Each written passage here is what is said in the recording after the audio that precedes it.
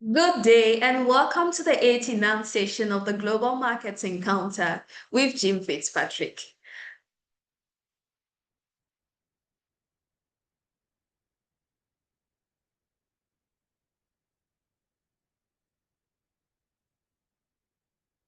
Good day and welcome to the 89th session of the Global Markets Encounter with Jim Fitzpatrick. The session is available in French and English, and you can access your preferred language via the globe icon on the bottom right side of the screen. We are streaming live on the ACA Facebook page and the ACA YouTube channel, where you could also find the recordings of all the 88 previous sessions. Remember that as the session goes on, you can ask questions and leave comments in the discussion box below. A special thank you goes out to our partners and sponsors that are making this webinar possible. The European Union, the Organization of African, Caribbean, and Pacific States, the GIZ Move Com Cashew Project, the Sustainable Nuts Initiative, and the Cashew Club. I am also reminding you that we are 5 weeks, 34 days until the 19th ACA Annual Cashew Conference and Expo. From November 18th to 21st of this year in Dar es Salaam, Tanzania, we are discussing around the theme Unlocking Cashew Investment Opportunities for Sustainable Economic Growth. You may visit the ACA website to register. And getting back to our webinar, we are having updates on the Southern Hemisphere cashew crops. So let's receive our very own Jim Fitzpatrick. Good morning, Jim. Good morning, Stella. How are you?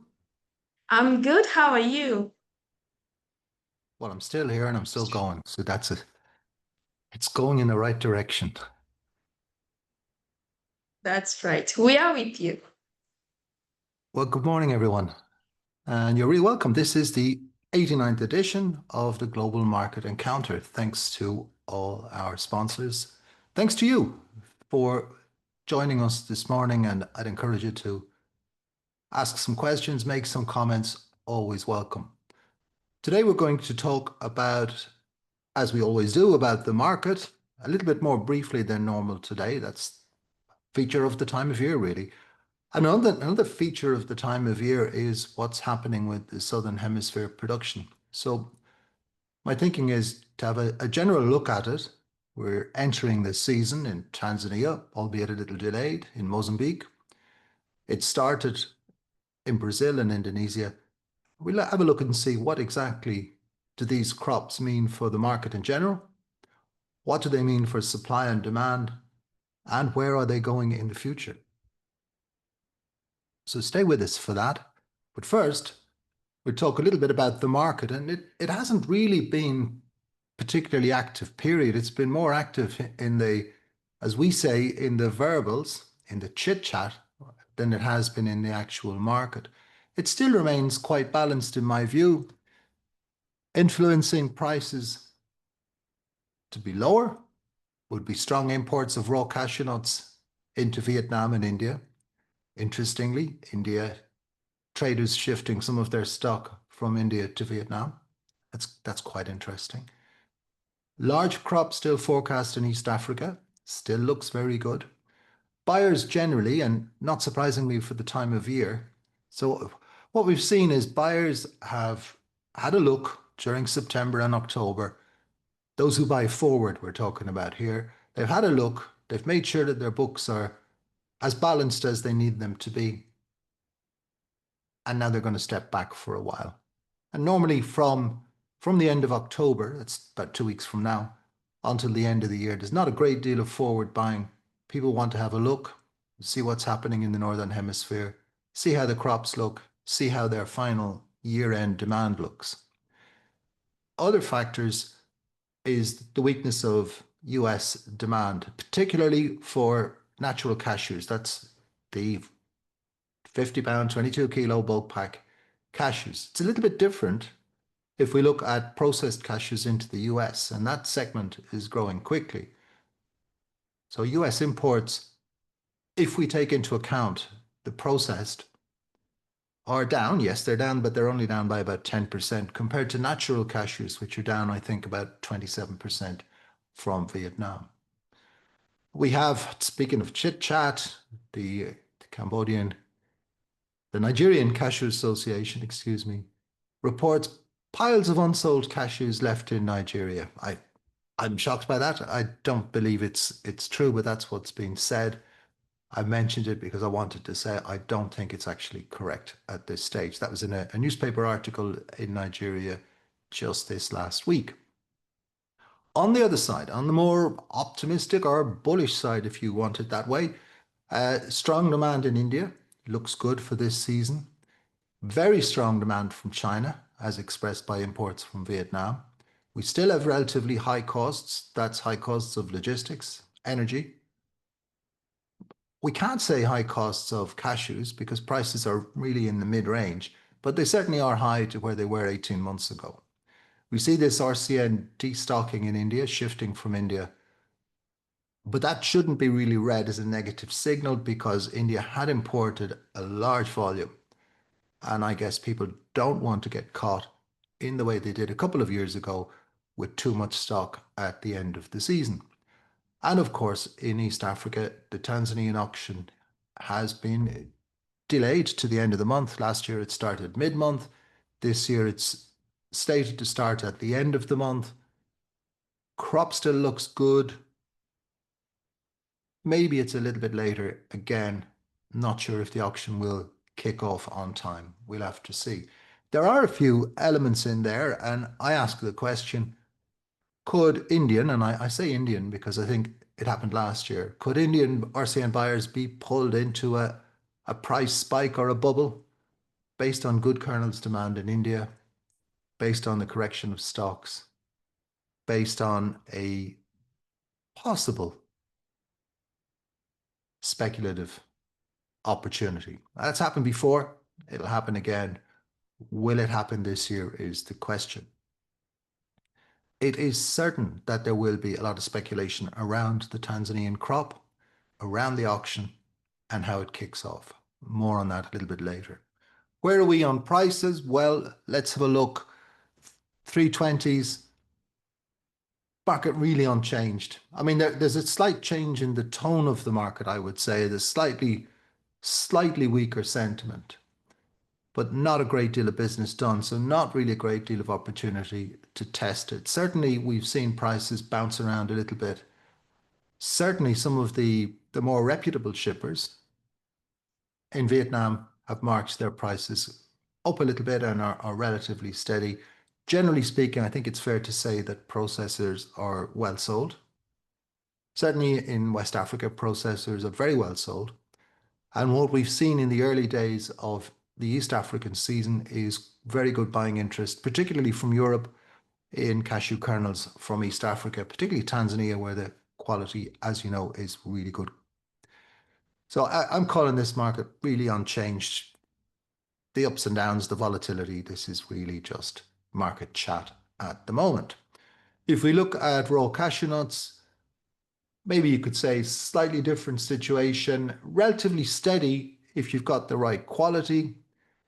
India's re-exports, high-priced RCN still doesn't match the kernels market. And if we look at values from Indonesia, Guinea-Bissau, Tanzania, we probably see the prices have eased a little bit.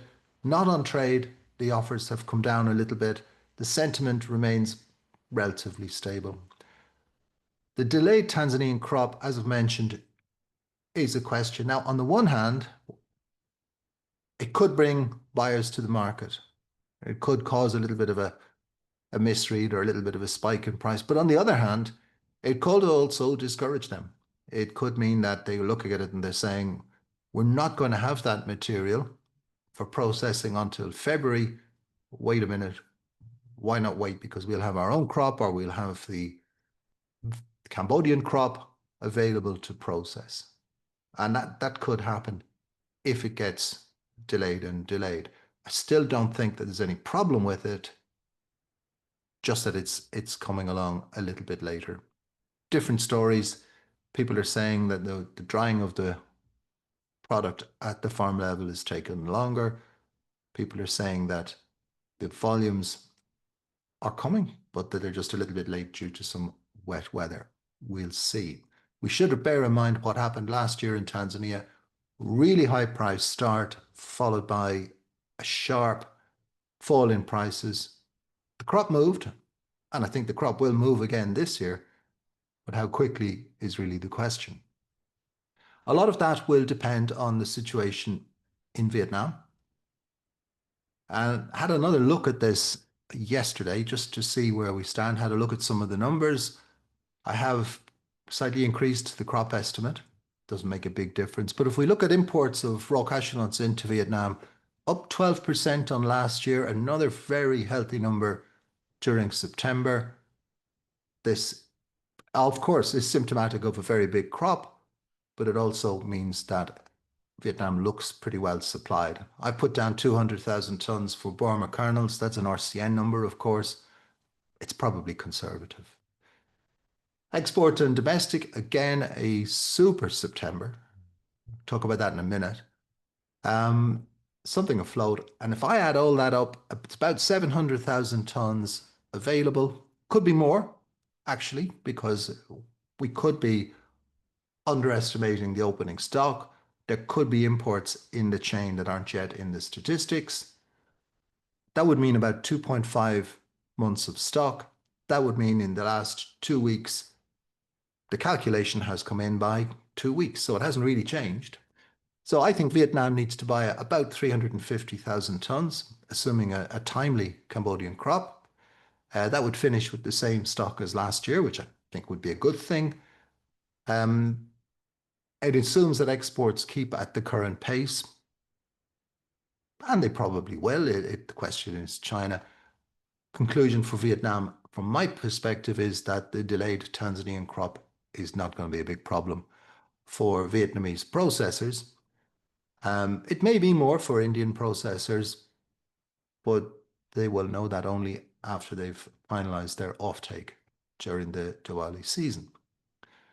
Let's look at the exports, and these numbers are just remarkable. By the end of September, Vietnam had exported 555,000 tons of cashew kernels, 3.3% up on last year's record. That in itself is remarkable, but it's 23% up on 2024.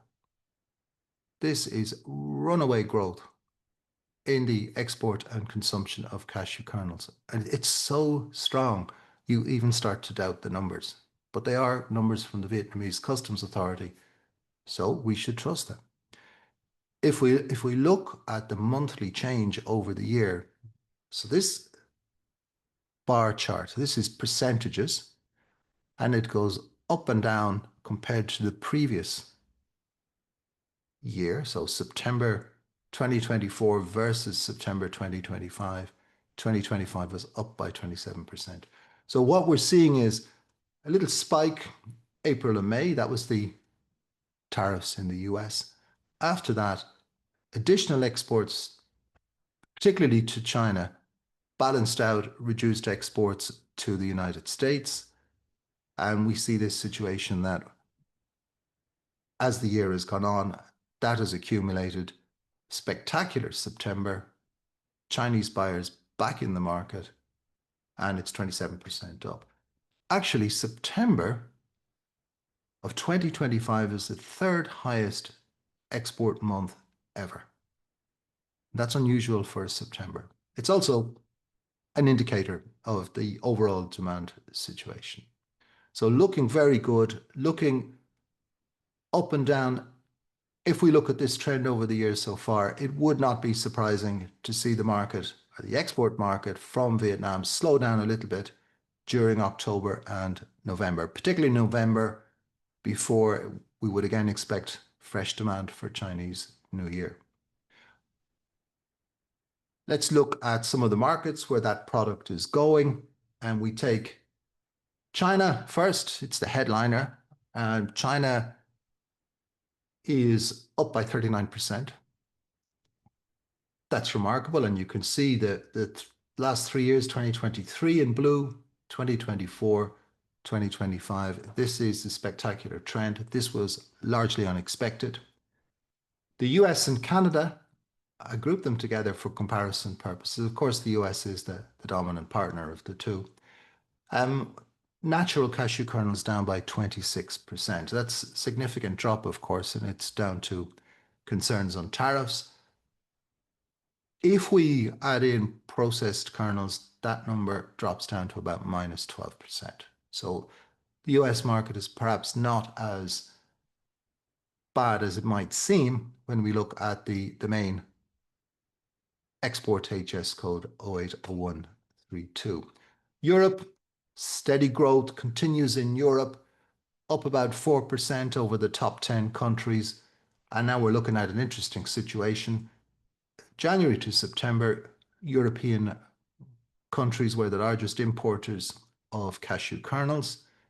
That might change. It might actually be China by the end of the year. We wait and see. Elsewhere, strong growth in this is BENA is just an anagram for Middle East and North Africa, slightly old-fashioned one, but a convenient one. And here we're seeing 35% growth. That's pretty strong. True. Elsewhere, really no change, minus 1%, East and Central Asia. So this is all of those countries in Asia, Japan, Korea, the Philippines, Thailand, those markets, excluding China. So there we see relatively steady. So what we're seeing is in the newest market for cashews, and I say it's the newest market because don't forget, less than 10 years ago, the Chinese market was about 1/3 of the size it is in a year compared to 9 months of 2025. More mature markets, the US disrupted by tariffs, Europe steady growth. And I think we can look at Europe for steady growth for the foreseeable future.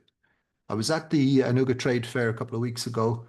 I visited some customers around about that period, and it certainly looks as if the attitude toward tree nuts generally, but cashews especially, is very positive in Europe. Expect further growth there, but it will be steady growth rather than spectacular growth.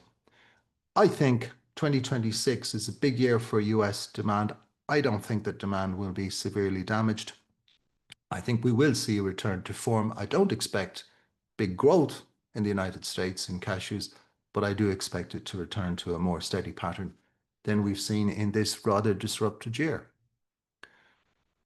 So there's an interesting question. Which will be the largest import destination at the end of the year for Vietnamese cashew kernels? Will it be China or will it be the European Union? That's a question we didn't expect to be asking only 3 years ago.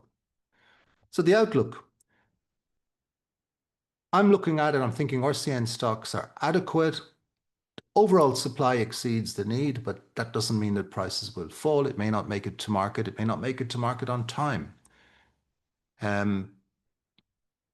We've got a lot of influence of costs. Kernels prices to me look steady. The sentiment is weakening a little bit, but that could be a little bit seasonal. A good finish to the year might change that. Buyers are probably going to wait before taking too much more forward cover. Probably seems like a good call at the moment, but you'd have to watch the weather carefully to see how things go in West Africa. And I think also it should be said that the weather has not been ideal in some areas, but it's far too early for any conclusion that that might have any impact on the next crop. We've seen these stories before. Southern Hemisphere crops look good. They're coming in now. Cashew kernels demand, as I've said, is breaking records. Questions for the next couple of weeks, I think. Could Indian buyers be whipped into RCN speculation as they were last year? It's possible. I wouldn't be trying to corner that market myself. I wouldn't recommend it, but it's possible that someone does try. And as I've said, will China be the largest importer by year end? It will probably be the largest import country, but we take the European Union as a single market, as we should. So I'm not seeing a great reason for volatility in the coming weeks. That can change. Factors that could change it, particularly good demand in India that we don't yet know about. Some problem in East Africa. Rather unlikely at this stage. Outside chance of that. That would really be the only two things. I mean, the trade tariffs and so on could have an impact, but I don't see too much emphasis on that in the discussion just at the moment. So let's move on to our topic of the day, Southern Hemisphere production, and we're going to have a look at the four major producing countries. So in the Southern Hemisphere, and these are the crops that come in between September and January, we're looking at Brazil, Tanzania and Mozambique, Madagascar too, but I won't go into details on that, and of course, Indonesia. If we look at this, we see in East Africa in 2025, based on the predictions, about 11% of world production. If we look overall at Southern Hemisphere production, it has been rising steadily in recent years. It is interesting to note, though, when we look at it, that despite a strong and steady rise, particularly since 2022, the actual share, so when we look at the share, so if you look at the share of Southern Hemisphere production in 2010, when Brazil still had a reasonably large crop, it was about 480,000 tons, and that was 27% of the total production. By 2025, production had risen, the share had fallen to 18%. Why? Because production elsewhere, particularly in West Africa, had grown steadily. By 2020, that had changed a little. By 2025, it still remains around about 16%. So whereas we have a strong growth in the Southern Hemisphere production, we also have strong growth elsewhere. But the volume has gone up. So the volume has almost doubled since 2010. So 480,000 tons up to 920,000 tons. And if you took the most optimistic forecasts for this year, you would be up around 1 million tons. Growing at 6% per annum over the last 10 years and 9% in the last 5 years. And that 9% is effectively Tanzania and Mozambique. There are questions about the numbers. We're going to get to those. But we'll start with the largest producer in the Southern Hemisphere, which is Tanzania. Now, interesting things about Tanzania at the moment. So looking at this rather crude chart, but let me focus in on it a little. So the dark trees, and we're primarily in the southern part of the country, the dark trees are the established plantations, the traditional growing areas. The lighter colored trees are areas where there are some cashew nuts being planted, areas where we could get a spread of production. And that would, of course, be very interesting because what it could eventually mean is that we get a crop in February to May, rather like the Tanga area, as a real boost to the prospects for the development of cashew processing in Tanzania. We often hear in African countries the major problem of working capital. We have a slight problem. Let me see if I can just ask someone to mute their microphone. We're picking up a little bit of background noise there. Excuse us while we just get that right. Panelists, could you please all ensure that your microphones are muted, please? Okay, we were talking about Tanzania, and we were talking about the prospect for a much wider area for production in Tanzania. And looking at this would be a game changer from a processor's point of view in Tanzania.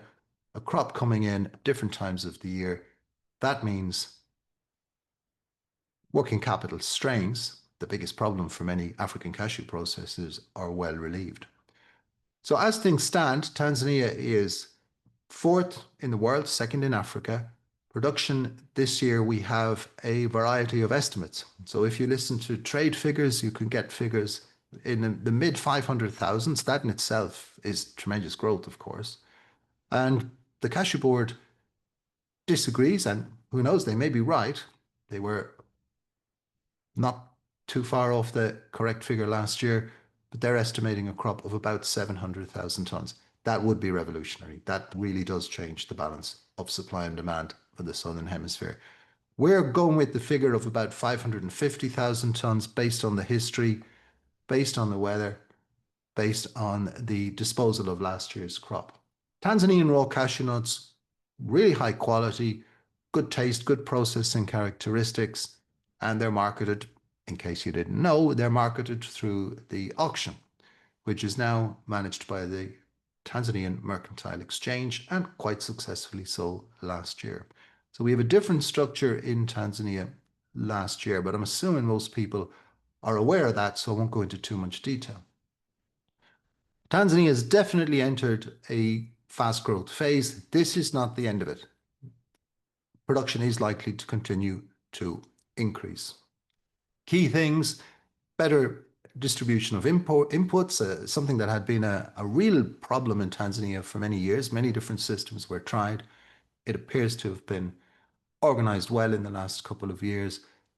Better government support. Now, in the past, there has been government support, but it's been inconsistent. It remains to be seen how that works out. And of course, we've got some new processors. More about that in a moment. It's not easy to reconcile the numbers. This is a problem we're having. So, official estimate of last year's crop by the Cashew Board of Tanzania, 538,000 tons. Total imports, they were split roughly, very roughly, 50-50 between India and Vietnam. Total imports about 270,000 tons. Now we know that there is a little bit of a complexity because the imports may fall into one year or into the other year, and it's quite difficult to work out which is which, but it does look as if maybe that crop was a little bit less than the official estimate, 538. Maybe it was more like 450,000 tons. The gap is about 65,000 tons a year. Now, the Cashew Board has said to us that they think there's about 60,000 tons of processing. That's got to be small scale processing in the country. Seems like a very large number to me, but of course it's possible. There's definitely some smuggling. I mean, we know the smuggling. We don't know the smuggling because we've seen the smuggling. We know the smuggling because there's a huge level of export taxes. And wherever there's a huge level of export taxes, there's smuggling in any part of the world. So it seems to me that right now, maybe actually thinking that the crop was a little bit less last year than the official estimate. Time will tell. Okay, what about processing in Tanzania? It has been improving. If we look at the trade, and I like to look at trade figures for processing. The reason I like to do that is because I know that trade figures are correct. People may or may not estimate the size of their processing in any given year. There is a temptation to exaggerate. There is a temptation to consider different volumes in different ways at different times. And, you know, we've seen that in so many places. But looking at this, trade figures, the European Union, 1,874 tons of kernels imported. That's the highest total for many years. It may actually be the highest total ever, but it's certainly the highest total in the last 10 years. And already this year, the EU has imported 809 tons of kernels from Tanzania. That's to the end of July. We also see that the US market has fallen away. It was never big, but it's fallen away in recent years. Processors are obviously concentrating on Europe. And we see that the UAE, which would seem to me like an obvious and interesting market export product from Tanzania, that it too has fallen away in a way that we wouldn't have expected. In the future, you would expect more exports to Saudi Arabia, United Arab Emirates, given the quality, and that would probably be in competition with Indian cashew kernels. If we look at the processing capacity, we see how it's risen. Now, here I'm talking about commercial processing capacity that's suitable for export markets. And looking at that, it's around about 25,000 tons. This year, we're expecting about 17,000 tons to be processed. Now, that fits with the export numbers, but there is clearly another sector, the secondary processing, the small processing, that feeds into domestic consumption. And you can see some of the names. And there are some well-respected names now in the business, some of them big, some of them small. All of them, as far as we can gather, all of them growing and with ambitions to grow further. So in Tanzania, looking at, still waiting for the auction to start. The crop is coming, but it's coming very slowly. We're looking at a reseller market, and this is interesting, whether people are trying to fit where prices are or whether they are actually willing to sell, and maybe that means be short at these prices, somewhere between 1630 and 1680 cost of freight. That's a little bit lower than it was a couple of weeks back. Be interesting to see now whether or not anyone goes for that and whether or not there's a lot of trade. There was a discussion that there had been some trade at 1630 for slightly lower outturn. The cashew kernels from Tanzania have been trading. It looks like the typical premium prices up around 355, 360 plus for WW320s. This is a real high quality product. This is a product with larger kernels. Even the blemished, even the scorched, even the dessert are of a relatively high quality, and many people would use those in their WW320. Certainly they compare well with the typical Vietnamese WW320 as a scorched hull. So high quality material making premium prizers. The board and policy, the auction continues. Successful reinvention of the auction last year. They're looking in cooperation with processors to ease pressure a little bit, regulate some of the taxation measures in the domestic RCN market to improve access, and processors were given access to the local marketing co-ops early this season. Unfortunately, the crop didn't come in on time to make that really advantageous, so they're in a tight position again. The board has ambitions and I believe has started the construction of an industrial park in Mtwara, and they are including smaller processors and local processors as part of the policy. And I think that's intended in two ways. One, as standalone units doing the full process, but secondly, as feeder units for some of the bigger factories. That's a big undertaking. It would have a massive social impact, and it would be a diversified social impact. Time will tell whether that policy is followed through on. So Tanzania, looking healthy. Processing is growing, but growing slowly. Those processors that have got their process right are doing a good job, but it's not an easy environment to do business in. Money is expensive. The management of the supply chain is difficult. If that can be got right, and that needs the help of the Cashew Board of Tanzania, I would say the future of processing in the country is quite bright. So moving south to Mozambique. And Mozambique, like Tanzania, was one of the leaders in cashew production way back in the 1970s. Production estimates vary. So the institute, the Nut Institute of Mozambique, that covers cashews and macadamia nuts, tells us that production is up 12%, tells us that the crop is good, but their estimate of production, rather like their estimate last year, is very high. 218,900 is their estimate. Trade estimates are very different to that. But let's just step back from that in a moment. I will have a look at that in a moment. Growing quickly, 10-year growth just under 5%. In the last 5 years, production has been growing more quickly based on the official estimates. This year, the price has been set at 45 metacal per kilo. That's about $715.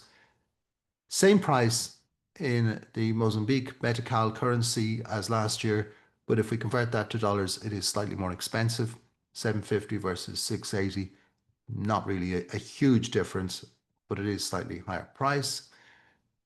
Let's have a look at you can see, actually, I just thought I'd show this. This is from IAM. They do some very good analysis, albeit we disagree on the production figure, but they do some good analysis, and you can see the orange areas. These are areas that are producing cashews, and you can see that it's, although concentrated in the north, there are cashew growing areas throughout the country. And they also have production of macadamias, the dark green are where both are produced. So really good progress on tree nuts in Mozambique. If we look going forward, so if I were to take the two estimates, the IAM estimate and the trade estimate, and project them forward, in other words, that what's happened in the last 5 or 10 years would happen again in the next 5 years, we would see production something like this. The trade estimate would be 170,000 tons, and the IAM estimate would be 240,000 tons. But a lot of activity has been taking place. So we have seen a lot of work in the country on planting additional trees. So they tell us that 3.8 million seedlings were planted in 2024, following on from 6.2 million in 2023. Now that sounds like a lot. That's 10 million trees. But let's not forget a couple of things. First of all, we won't get anything from those trees for 3 years. Secondly, we won't get any major yield from those trees for 6 to 7 years. That would mean that by 2027, an additional 15,000 tons. It doesn't mean a lot in the overall picture, but by 2030 it does. If all of those trees survived, that would be an additional 100,000 tons. Of course, all of those trees will not survive. In fact, in some areas, only about 1 in 2 trees survives. So it's a big if. I've made it a big if, and it is a big if. So if all of those trees were to survive, you would see a growth in production of about 100,000 tons. What's more interesting to my mind for the immediate future of production is the treatment of trees and the management of trees. And IAM tells us 10.6 million trees were treated in 2024. That's a lot of trees. That is remarkable, actually. 254,000 small farmers benefited from that. These are IAM figures. We are seeing some of the results of earlier programs in the current production increase. Whether or not that is actually up at this 218,000 level or not is difficult to work out. But if we were to take the IAM forecast, it would show us that by 2030, rather than the 240,000 tons that would be just a straight line forecast, it would be 462,000 tons. Reality, probably somewhere in between. This project that they are undergoing in Mozambique, if it works, will turn Mozambique into a really major producer of cashews by 2035. It's not an easy project, though. Time will tell. And obviously, there are a lot of trees to treat. So if we look at that, so let's try to get to some estimate of which figure is right, which figure makes more sense. So if we take the IAM figures and we look at the disposal of the crop, the pie chart on the left is what we get. If we look at the trade figures, so this is a mixture of industry figures from Mozambique and international trade figures, which I won't argue with. this will be what we get on the right. So there's a big difference. Then there are a couple of big differences, but one of them is that the export figures are far different. So the export figures from Mozambique are 35% higher than the destination imports. Now, again, there is somewhat distortion. Which year do you look in? December, January, as the crop straddles the end of the year, and certainly the arrival of the nuts straddles the end of the year. Secondly, the informal domestic market, if we actually extrapolate trade figures, the informal market would be about 21,000 tons of RCN. IAM says that's 35,000. I wouldn't argue one way or the other on that. There's an element of smuggling, probably into Tanzania. There's a benefit. Cashew prices are higher in Tanzania, perhaps from northern Mozambique. There would be a benefit for some processors farmers to move their product across. That happens on every border in Africa. It happens on the Mozambique-Tanzanian border. Interestingly, there are moves from IAM to cooperate with their counterparts, the Cashew Board of Tanzania, in the future, and that to me is a very constructive development. If these figures are correct in terms of the informal market or the local market or the small scale market, that would mean that Mozambique actually consumes more cashews than a country like Spain. I find that really difficult to believe, simply because in Africa generally, the local consumption of cashew kernels is very low. It is a high value product. It is grown as a cash crop. So that it would be consumed locally in this volume, to me, is somewhat surprising. So right now, I think that the overstatement of the crop is arising. I'm tending much more toward the trade figure than the IAM figure. And I think the evidence for that is the import figures from India and Vietnam. I think it's the import figures on raw cashew nuts and on Burma kernels.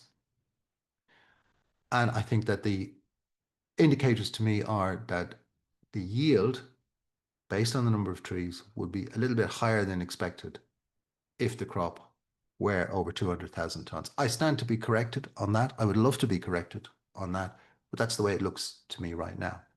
Focusing on processing. So Mozambique was one of the first countries in Africa to develop a processing industry, and it still has significant capacity to process.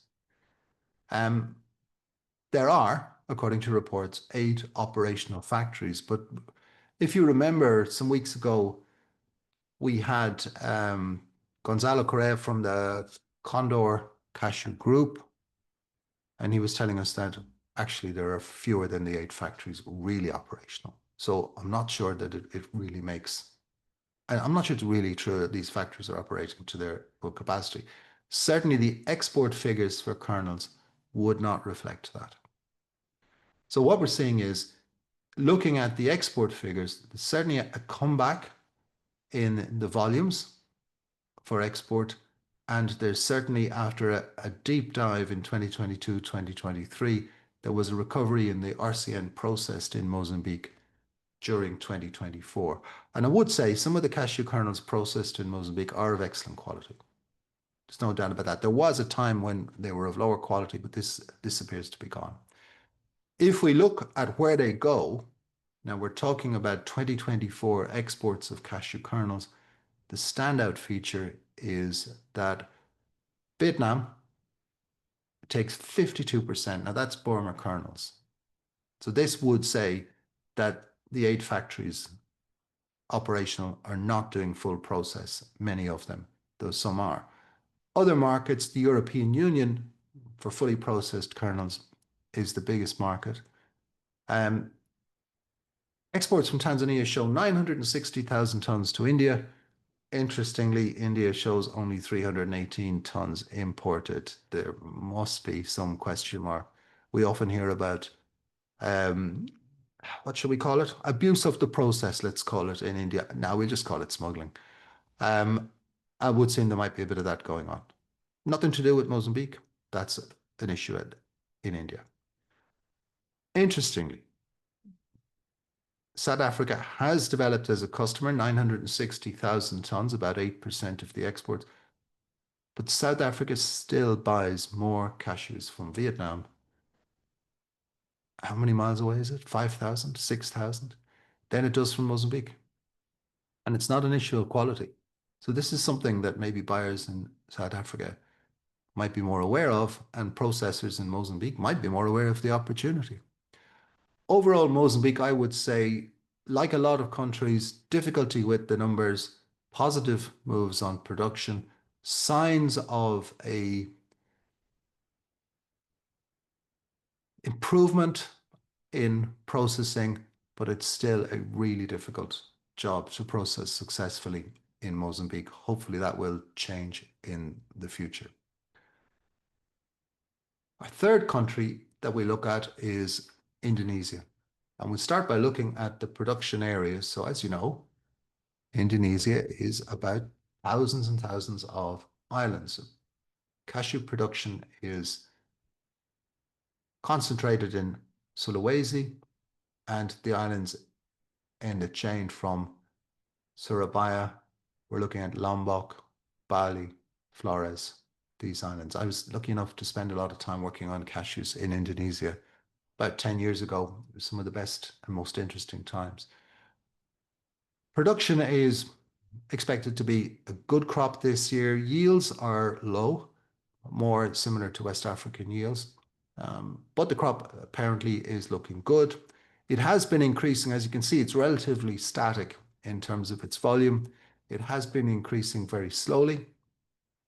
But looking again, and this is why I show the locations of production, if you look at that, you can see the high cost of logistics.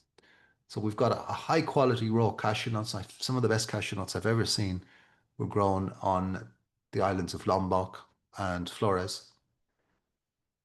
High cost logistics, high quality RCN, that adds up to a high price, high value. And we're also looking at a large domestic market. So let's have a look at the exports before we talk about that. In recent years, 80% of the exports have gone to Vietnam. That's, I think, largely for reasons of freight cost. You can see here we have Vietnam is blue, India is orange, and the total is in green. So you can see India's share has remained relatively modest for some years, but it's dipped down over the last 3 years. High cost, high freight is the main reason. But we also see that there was a dip in exports, and that's partially due to a lower crop, but it's also partially due to an increasing domestic market. And Indonesia has a large domestic market, and it is a market that is using a lot of peanuts, for example. So there must be an opportunity to increase production. So looking at this, if production is about 160,000 tons, we're looking at exports in the region of about 60,000 tons. There would be high crop losses given the nature of where production is and how it has to be moved. But let's say about half the crop is used in the domestic market. And that will increase. It's a huge country. And finally to Brazil. And Brazil, story hasn't changed much over the last 7 or 8 years. Brazil was a huge producer. Production is mostly in the northeast of Brazil, in Ceará primarily, but also in Piauí, and then smaller volumes in those other areas you can see highlighted around it.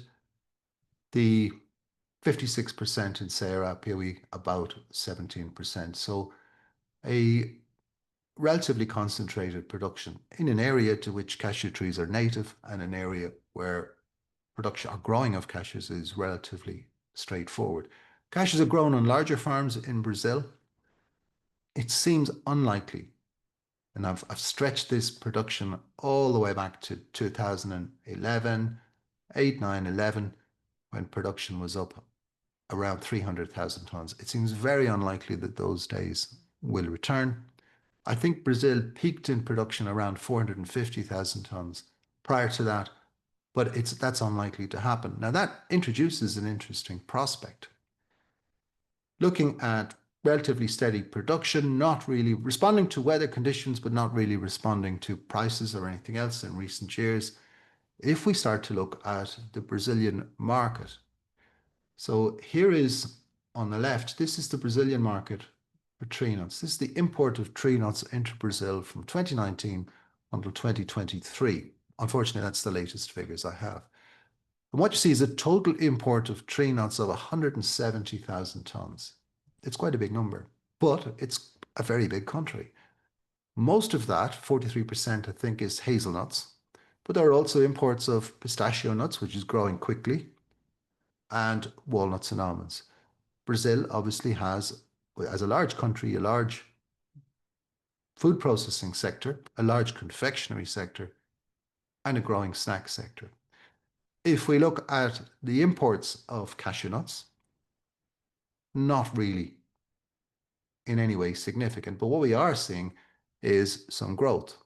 Now, we know that the imports from Ghana and most of the imports from Cote d'Ivoire are Burma kernels for finishing and reprocessing, but there is an opportunity in the longer run, I think, for an increase in the import of cashew kernels. If production in Brazil doesn't increase, if it continues to be a large user of tree nuts, which are used in all different segments, is there also a possibility that Brazil will eventually become an importer of cashew kernels? That could happen. So Brazil is becoming interesting in many different ways.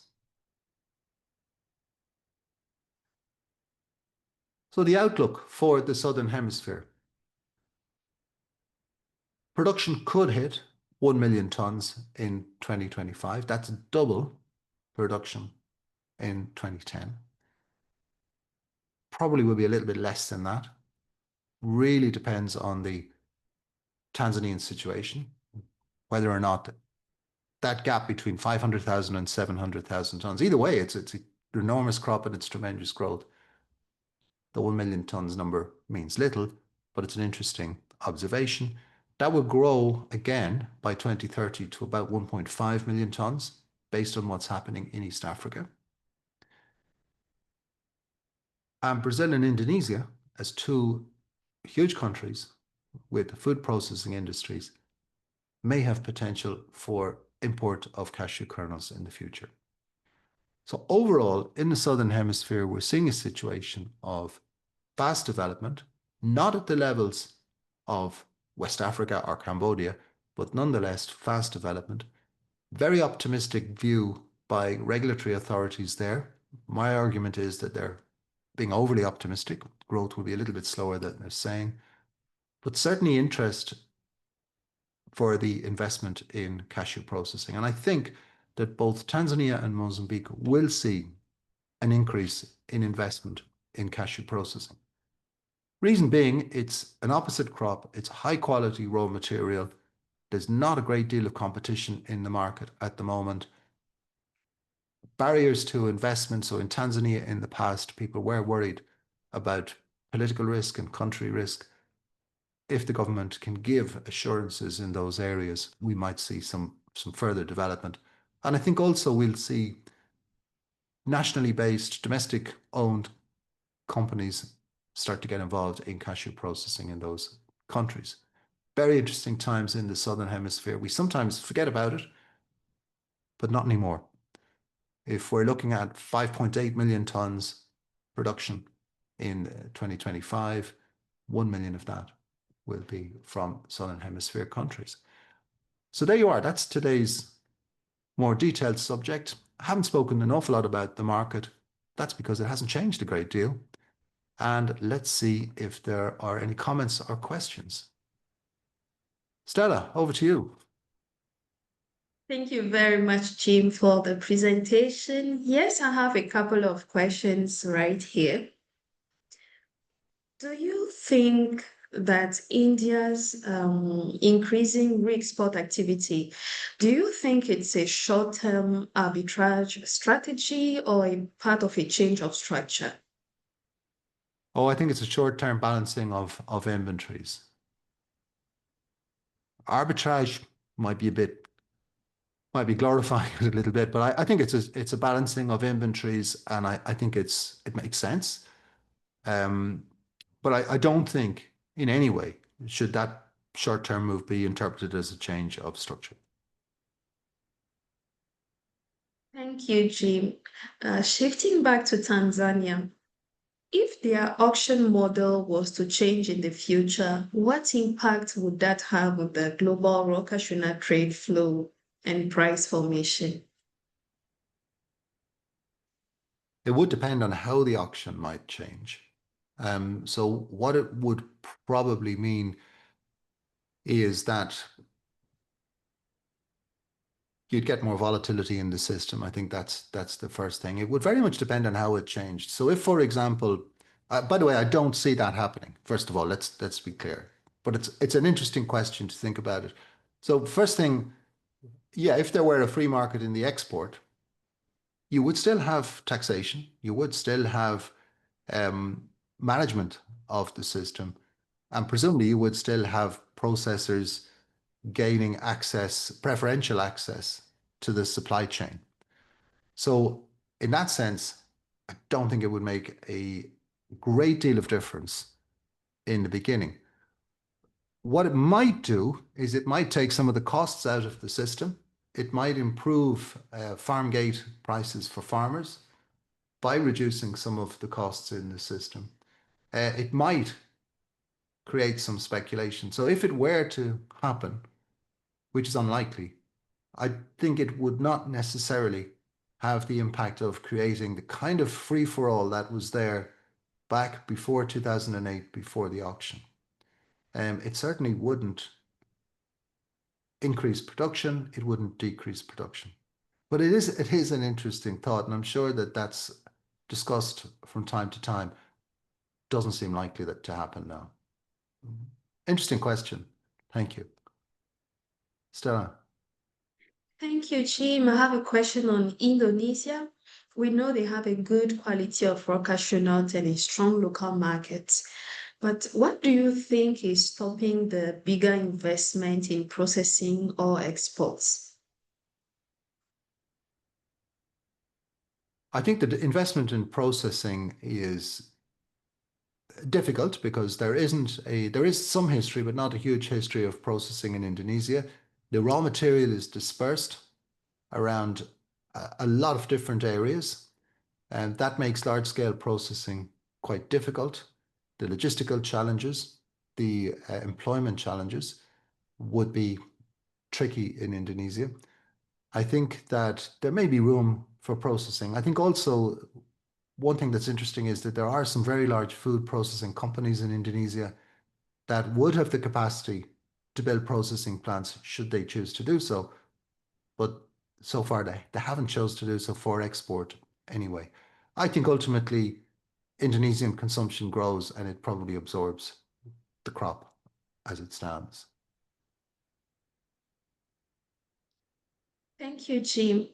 Are there any signs we should look out for with regards to the major retailers or the food brands to look at if they are shifting their cashew sourcing strategy in response to the price volatility?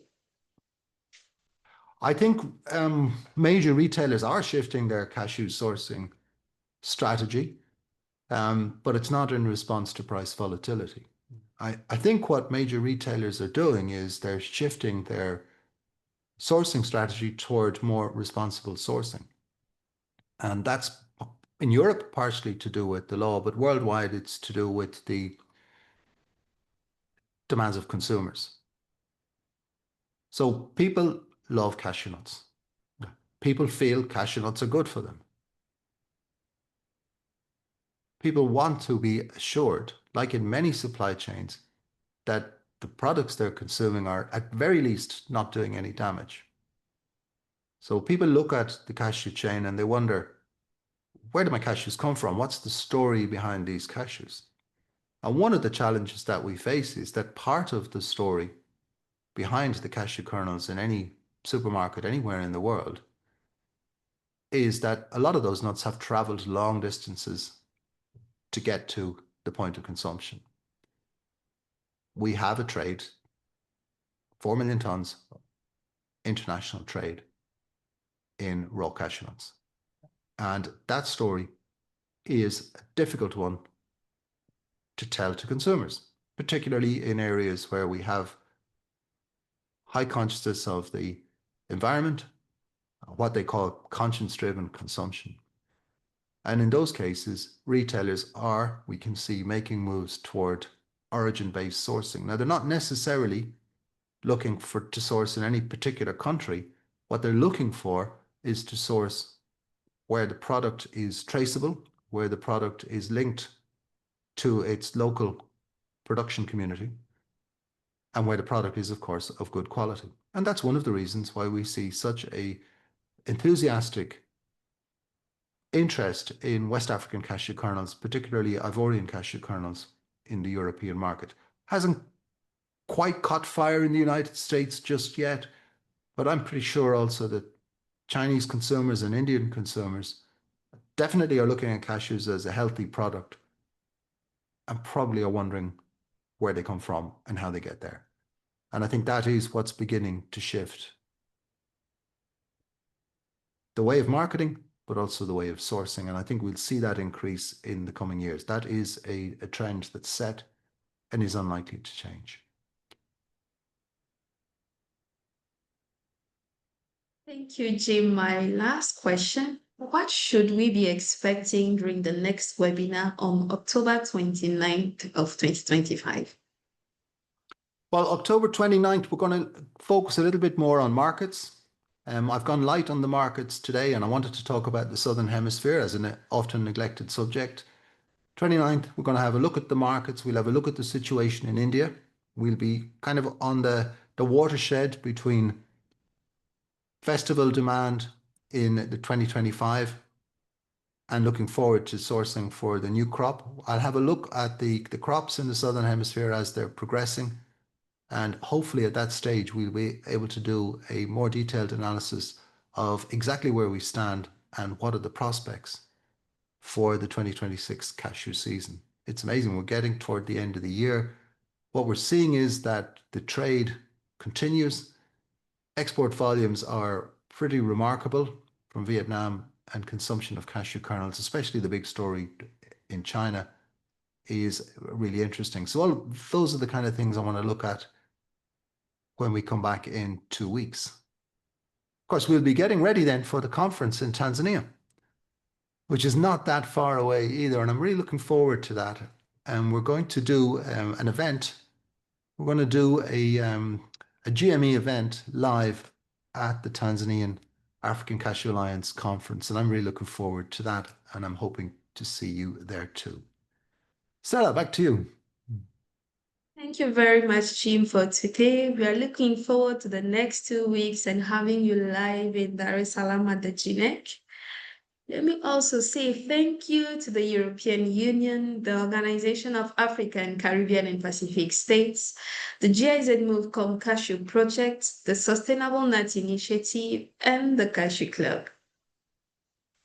As you can see it on the screen, all Global Market Encounter sessions with Jim Fitzpatrick are available on the ACA YouTube channel at African Cashew A in one word, where you can watch 89 recordings anytime at your convenience. As Jim said, mark your calendars. The 19th ACA Annual Cashew Conference and Expo will take place from November 18th to 21st of this year at GNEC in Dar es Salaam, Tanzania. Until the next 2 weeks, enjoy the 30 minutes networking session. Bye. Bye. Thanks, everyone.